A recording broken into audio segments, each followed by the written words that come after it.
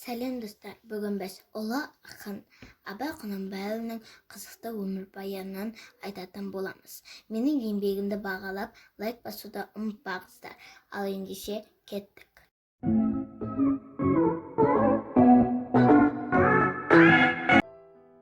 Биыл 2019 жылы ұлы ақын, композитор, философ, саясаткер, ағартушы Абай Құнанбайұлының 175 жылдығын тойлауға арналған шаралар басталады.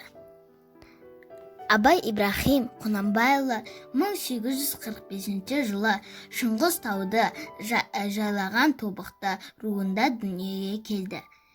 Абайдың арғы тегі орта жүз, Тобықты арғын ішіндегі Олжай батырдан басталады. Олжайдан Айдос, Қайдос пен Жігіттік тарайды. Әрқайсысы бір-бір рулы ел болып кеткен. Абайдың атасы Өскенбайдың әйелі Зереден Абайдың әкесі Құнанбай туады.